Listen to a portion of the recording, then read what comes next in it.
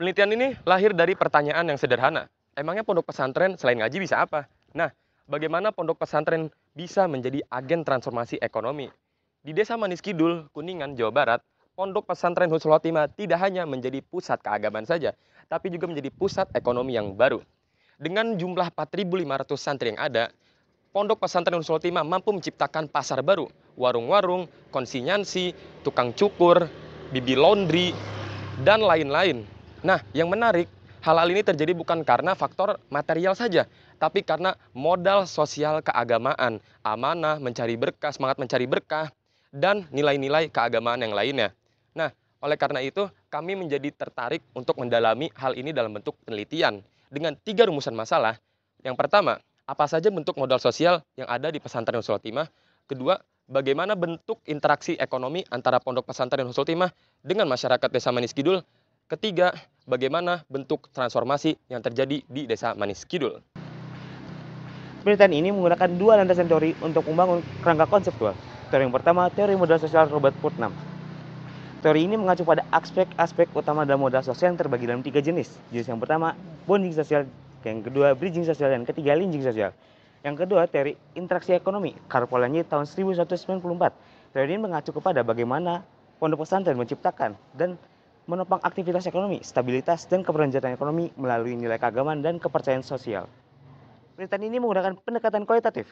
Dengan pendekatan kualitatif, peneliti dapat menggali sumber informasi secara mendalam dengan sumber data primer dan sekunder.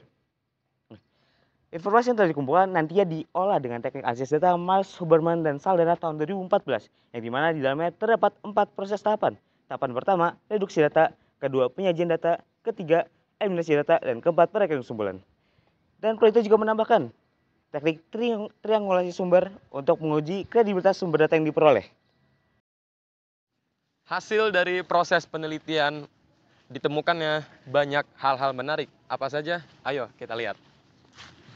Salah satu tujuan didirikannya pondok pesantren adalah menjadi benteng akidah dari paham yang nyimpang, serta mengentaskan kemiskinan dan kebodohan yang sesuai dengan visi pendiri pondok pesantren Husnul Khotimah, yaitu Haji Salasona, yang baik disambut dan dipercaya oleh masyarakat dan keluarganya.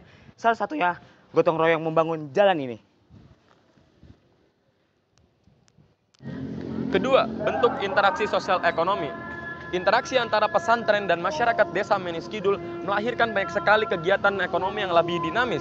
Namun tidak hanya terbatas pada transaksi bisnis saja, tetapi juga didasari pada nilai-nilai keagamaan. Kerjasama berdasarkan nilai-nilai Islam dan solidaritas keagamaan. 3. Poin modal sosial keagamaan. Modal sosial keagamaan merujuk kepada jaringan yang bersumber dari ajaran agama yang salah satu wujudnya adalah praktik ekonomi berbasis syariah. Ya, syukron Nabi.